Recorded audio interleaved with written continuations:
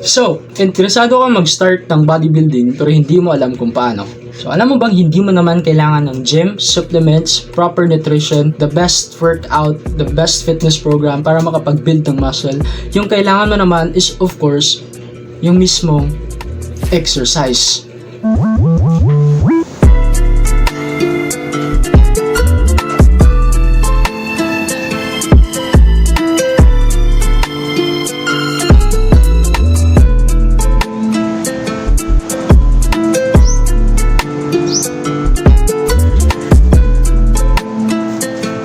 Taking action is by far the most important aspect of self-improvement, and part of self-improvement is bodybuilding. And sa video na to, ipapaliwanag ko sa iyo ang lahat ng kailangan mong malaman about bodybuilding as a complete beginner. Kasi kapag wala, hindi mo alam kung anong gagawin mo, di ba?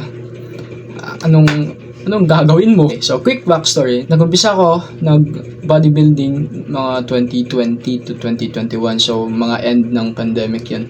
So, mga 4 na taon na rin. I decided to create a series called Self-Maxing where I give advice how I would to my past self nung nag-umpisa pa lang siya sa self-improvement and dito sa bodybuilding para mabigyan ko siya ng advice kung anong dapat gawin at yun nga kung anong dapat iwasan para sa iyo. And expect by the end of this video, meron ka ng idea about bodybuilding, paano mag-exercise, diet, and yun, my biggest mistakes. Mag-umpisa tayo dyan. First and foremost muna is you have to have the correct mindset sa lahat ng mga na aspeto ng sorry. Yung kape ko, tangina, papagalitan ako mamaya. So, dun tayo. Number 1, what is the correct mindset? So, yung mindset ko at the time was, ayoko muna seryosohin tong bodybuilding na to kasi sabi doon nila, bata pa naman ako eh. Medyo nahihiya pa ako, baka kasi anong sabihin ng iba. Sabi nila, nagba-bodybuilding siya, nag-exercise mo. Tingnan mo kung parang sino ambisoso. Hindi naman daw maganda tingnan yung katawang yung ganong klaseng katawan. Tingnan mo yun, parang kadiri daw, yung maasim yung ganong klaseng katawan. Yun yung thoughts ko dati. Pero, sa totoo lang, yun yung sinasabi nila, yun yung iniisip nila. Pero ano ba yung iniisip mo? Sa tingin mo ba kadiri to o maasim? No. Para sa akin nun, astig kaya yan pa. Tingnan mo. Yun, mga ganong klaseng katawan. Yung parang may muscle, di ba? Astig yun. Like, para sa akin, astig yun. Pero sa kanila, sinaisip ko kasi naririnig ko yung mga sinasabi nila kapag nakita sila ng mga taong nagbo-bodybuilding. Kadiri tingnan kasi tingnan mo, laki ng katawan. Siguro ang liit kaya ng utak niyan. Yun yung naisip nila sa isip ko. Okay. Pero para sa akin, astig yun. Yung mga ganyan, gusto ko yan. It's cool, bro. It's cool. Mali yan kasi you're basing your expectations, you're living up to the expectations of others. I wished I realized na kahit cliche, no one is perfect in the first place. Huwag ka na umasa pa kung makukuha mo yung approval ng iba, yung parang magugustuhan ka nila kapag ginawa mo tong bagay na to, kapag nagbago ka. Kasi the reality is, kahit pa payatot ka or tabatsoy ka ngayon, tapos bigla kang nag-workout, tapos nag-glow up ka, yung mga taong yun, hindi naman guaranteed na magugustuhan ka nila May masasabi pa rin yung masama sa'yo. Bakit? Kasi lahat tayo may insecurities. Lahat. Including me. Meron tayong mga insecurities. Okay? Kasi hindi tayo perfecto. No one is perfect. Okay?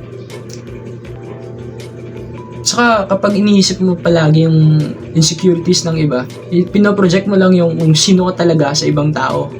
Nagsasabi ka ng masama sa ibang tao Kasi ang dali kasing makita yung parang baho natin, yung mga bad traits natin sa ibang tao kaysa sa sarili natin. Kaya pag napansin mo, you're talking bad about other people, watch what you're saying and see if nasa sayo or ikaw ba, meron ka bang bad traits na kagaya nila.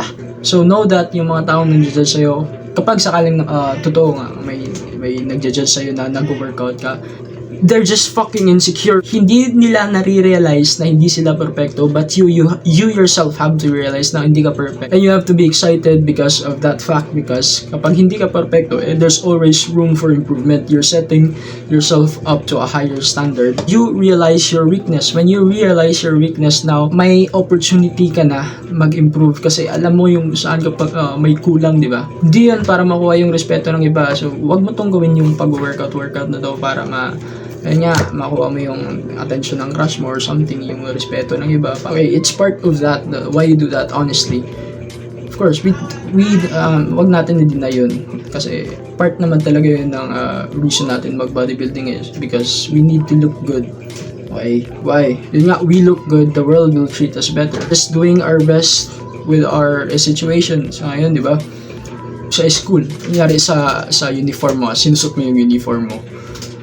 Kapag nag-workout ka yun, meron ka ma-fill out mo yung sleeve mo, di ba? Yung biceps mo. Saka yung posture mo, ayos yun kapag, lalo na kapag nagpo-push up ka, yung posture mo para. Saka yun, kapag hindi ka pa nag-workout, kapag palagi ka nag-games, nag-mobile legends, di ba? Parang ganito yung posture mo palagi, di ba? Defeat! Pag nag-workout ka, anong mangyayari kapag nagpo-push up ka araw-araw yung posture mo? Parang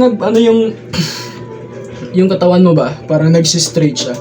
So, imagine yourself sa school, kapag tinawag ka ng teacher na mag-recite. Saka tumayo tapos yung posture mo is all straight. Straight with your shoulders back. Yun nga, mas magiging confident ka. And ano yung effect nun? Yung makikita yun ng teacher, bibigyan ka ng higher grades. Para rin naman yun sa'yo, okay? Para rin naman yun sa'yo, yung pag-workout mo. Sa totoo lang, hindi yun para sa iba. Hindi yun para makuha ang respeto nila, but most importantly, makuha mo yung respeto ng sarili mo. Kasi kapag rin-respeto mo yung sarili mo, ito, paano mo ba tinitreat ito yung taong rin-respeto mo? You treat them well, di ba?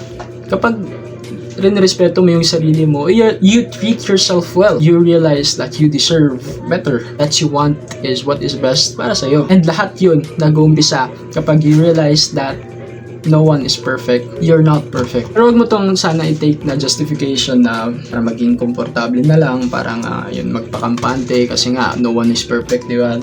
Sana sa point of view na okay, hindi pala ako perfect, pwede pa pala ako mag-improve, yun. Hindi yung hindi ako perfect, give up na lang ako. At sa tingin mo, ikaw, tanungin ko, ano ba yung tama? When you realize that you're not perfect, na ayun, mag-give up na lang kasi yun nga, wala namang perfectong tao, mamamatay naman tayong lahat. O okay, hindi pala ako perfect, pwede pa pala ako mag-improve. At saka mamamatay ako, gawin ko na lang ang lahat ng gusto ko. Ikaw, sa tingin mo, anong magandang perspective? Ikaw nang bahala doon. Okay, next. Okay, yun nga, wag magpakampante at wag mong gawin tong sanang gawing justification na maging kampante at komportable na lang sa training mo. Yun nga, yung next part ng video na to is training. Tatanong ko sa'yo, meron ka ba?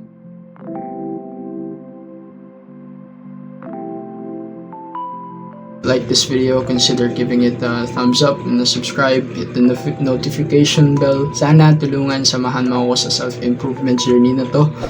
Because I want to spread the self-improvement message to everyone. And let's spread it together, yeah? So yun lang. God bless.